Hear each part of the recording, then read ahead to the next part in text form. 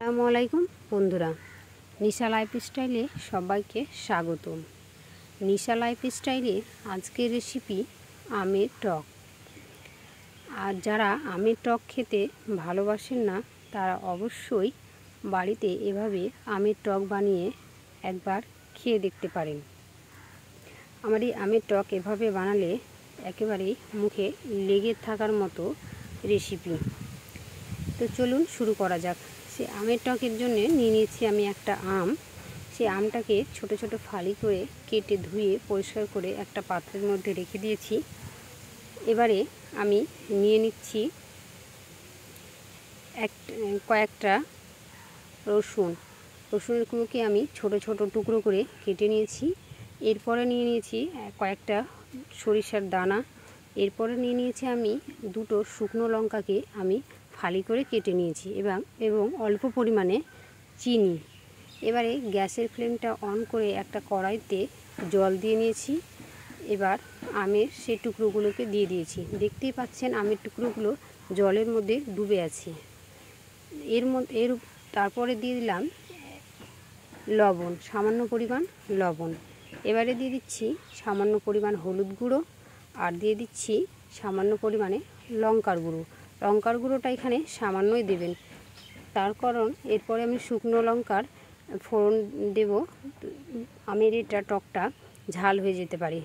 এবারে আমি একটা ঢাকনা দিয়ে ঢেকে দিলাম। কিছুক্ষণ ঢেকে দেওয়ার পরে দেখতেই পাবেন ফুটতে উঠতে শুরু করবে। দেখতেই পাচ্ছেন আমের টকটা কত সুন্দর ফুটে উঠেছে এবং আস্তে আস্তে একটা কালার চলে এসেছে। এভাবে নাড়াচাড়া করে আমি আবারও আমের টককে একটু ঢেকে দিলাম ঢাকনা দিয়ে। কিছুক্ষণ এভাবে ঢাকনা দেওয়ার সিদ্ধ হতে সময় লাগবে বন্ধুরা। এভাবে আমি বারবার ঢাকনাটা খুলে আমের টককে হালকাভাবে নেড়ে চেড়ে রেখে দিচ্ছি। মোটামুটি 80% মতো সেদ্ধ হয়ে গেছে। আমার এই আমের টককে মোটামুটি 90% সেদ্ধ করতে হবে। তো বন্ধুরা আবারও আমি একটা ঢাকনা দিয়ে ঢেকে দিলাম আমটা সিদ্ধ হওয়ার জন্য। দেখতেই পাচ্ছেন কত সুন্দর ফুটে উঠেছে এবং কালারটাও আস্তে আস্তে চেঞ্জ হয়ে যাচ্ছে। তো বন্ধুরা আমার এই রেসিপি যদি আপনাদের একটু ভালো লেগে থাকে তাহলে কমেন্টে জানাতে ভুলবেন না। লাইক, শেয়ার, সাবস্ক্রাইব করতে ভুলবেন না। দেখুন বন্ধুরা আমার এই আমের টকের ঝোলটা একটু কমে এসেছে এবং মোটামুটি 90% মতো সেদ্ধ হয়ে গেছে। বন্ধুরা এবারে আমি দিয়ে দেব একটু সামান্য পরিমাণে চিনিটা এখানে বেশি দিতে যাবেন না, তার কারণ বেশি দিলে আমের টক মিষ্টি হয়ে যায়। আর আমের টক যদি একটু টক ভাব না থাকে তাহলে এটা খেতে আবার ভালো লাগে না। টক ঝাল মিষ্টি হবে তাহলেই আমের টকটা খেতে ভালো লাগবে। দেখুন বন্ধুরা আমি চিনিটা দেওয়ার পরে আবারও নাড়িয়ে নিচ্ছি। এভাবে চিনিটাকে অনবরত নাড়িয়ে চিনিটাকে আমি গলিয়ে নিচ্ছি। এবার একটা হ্যান্ডওয়াশের সাহায্যে আমি এই আমের টকগুলোকে কিছুটা ফালিগুলোকে আমি গলিয়ে নিচ্ছি। এভাবে একটা গলিয়ে যখন আঠালো ভাব চলে আসবে তখন এই আমের টকটা অলরেডি হয়ে আসবে। দেখুন বন্ধুরা আমি কত সুন্দর হচ্ছে। আর আমি এগুলোকে একটু গলিয়ে নিচ্ছি, কয়েকটা গোটা রাখছি, বাকিগুলোকে আমি এভাবে গলিয়ে নিলাম। দেখতেই পাচ্ছেন একটা আঠালো ভাব চলে এসছে। আমি আপনাদের একটু দেখিয়ে দিই, দেখেন এইভাবে একটা আঠালো ভাব এর মধ্যে চলে আসবে। তো বন্ধুরা এই সময় গ্যাসের ফ্লেমটা একটু লো আঁচে রাখবেন। হাই ফ্লেমে রাখলে কিন্তু তলা বেঁধে যেতে পারে, পুড়ে যেতে পারে। এটা আমার একেবারে রেডি। এবার আমি গ্যাসের উপর আবার প্যান বসিয়ে একটু প্যানটাকে গরম করে আমি দিয়ে দিলাম কিছু পরিমাণ সরিষার তেল। এবার ওই সরিষার তেলের মধ্যে দিয়ে দিলাম এক টুকরো তেজপাতাটাকে আমি দুভাবে ফালি করে নিয়েছি। এবার একটু হালকা করে নেড়ে চেড়ে নিচ্ছি। এবারে দিয়ে দিচ্ছি ওই শুকনো লঙ্কাকেও তেলের সঙ্গে একটু লালচে করে ভেজে নিতে হবে। দেখুন বন্ধুরা অনবরত একটু লাড়তে থাকতে হবে, তার কারণ এটা পুড়ে যেতে পারে।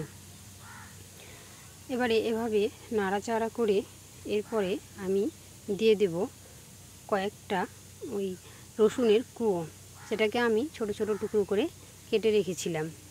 এটাকেও আমি একটু নাড়াচাড়া করে নিচ্ছি। এবার সবগুলো উপকরণকে একটু লালচে করে ভেজে নিচ্ছি।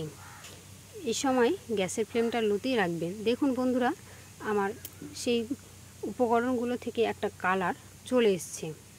যখন এভাবে এই কালারটা চলে আসবে তখন দিয়ে দেবো কয়েকটা সরিষার দানা। দেখতে পাচ্ছেন বন্ধুরা, বেশি সরিষা দিতে যাবেন না, না হলে এটা আবার তেতো হয়ে যাবে। আমি সামান্য কয়েকটা সরিষার দানা দিয়েছি। সমস্ত উপকরণকে এভাবে বারবার নাড়িয়ে চাড়িয়ে নিচ্ছি এবং একটা কালার আসা অবধি। দেখুন বন্ধুরা, কালারটা কত সুন্দর একটা কালার চলে এসেছে। এবারে আমি দিয়ে দেবো সেই আমের টক। এই আমের টক যখন দেবেন তখন গ্যাসের ফ্লেমটা একেবারেই লোতে রাখবেন। তার কারণ একটা তার ঝাঁঝ বেরোবে, যাতে তেল ছিটকে পড়তে পারে গায়ের মধ্যে। সেই জন্য বন্ধু লো ফ্লেমেই রাখবেন। এবং দেখতেই পাচ্ছেন আমার আমের টকটা একেবারেই রেডি।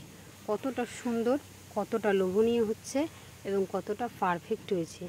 এভাবেই বানিয়ে খাওয়ার অনুরোধ রইল এবং কেমন হয়েছে সেটা কমেন্টে জানাতে ভুলবেন না এবং আমার চ্যানেলটিকে সাবস্ক্রাইব করবেন। তো বন্ধুরা দেখুন, একদম পারফেক্ট, একদম রেডি হয়ে গেছে। এবার আমি একটা পাত্রের মধ্যে নিয়ে নিয়েছি। আমি আবারও একটা হাতার সাহায্যে আপনাদের দেখাচ্ছি। দেখুন কতটা সুন্দর, কতটা পারফেক্ট এবং কতটা লোভনীয় হয়েছে। এভাবে বাসায় একবার বানিয়ে অবশ্যই ট্রাই করবেন। বন্ধুরা আজকের মতো এখানেই শেষ। আবারও নতুন নতুন রেসিপি নিয়ে হাজির হব আপনাদের সামনে। আল্লাহ হাফেজ।